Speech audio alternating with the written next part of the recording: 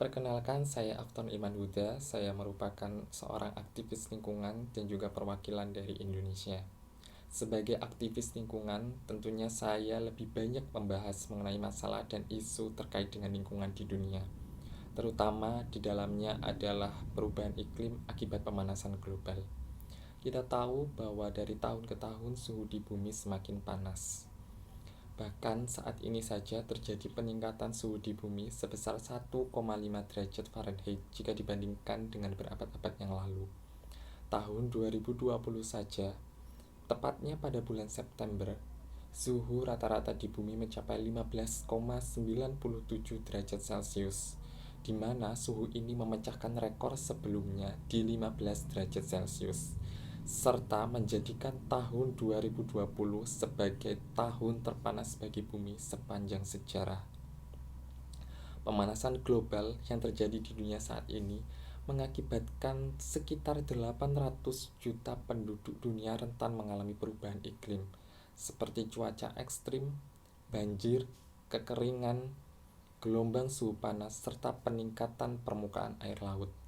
Pemanasan global juga mengakibatkan suhu di Eropa tahun ini yang menjadi terpanas sepanjang sejarah.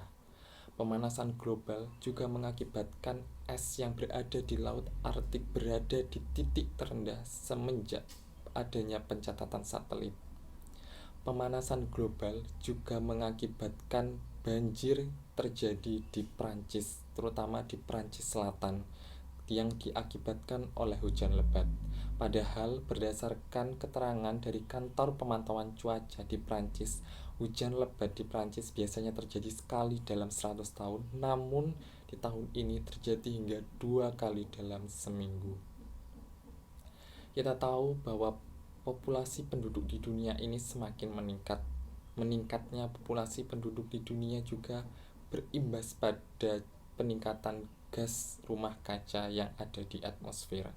Bayangkan saja, 11% emisi gas rumah kaca yang dilepaskan ke atmosfer bumi berasal dari deforestasi, yang mana ini setara dengan jumlah mobil dan truk yang ada di planet ini.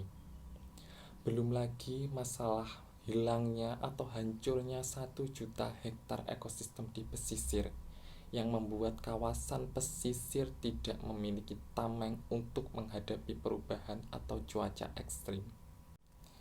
Maka dari itu, saya ingin mengajak kepada negara-negara yang ada di dunia, khususnya yang hadir dalam forum ini, untuk bersama-sama menyelesaikan permasalahan pemanasan global ini secara bersama-sama.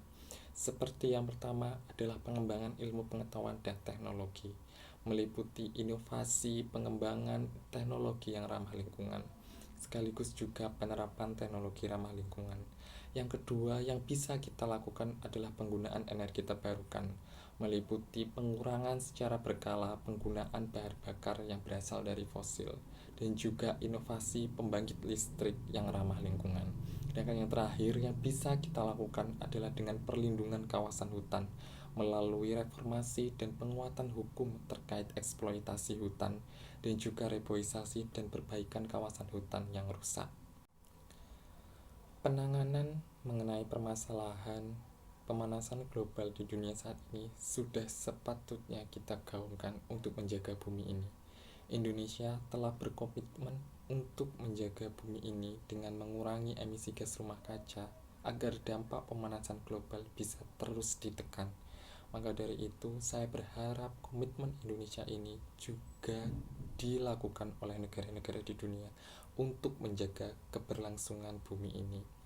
Because this land, this water, this air, and this planet, this is our legacy to our youth.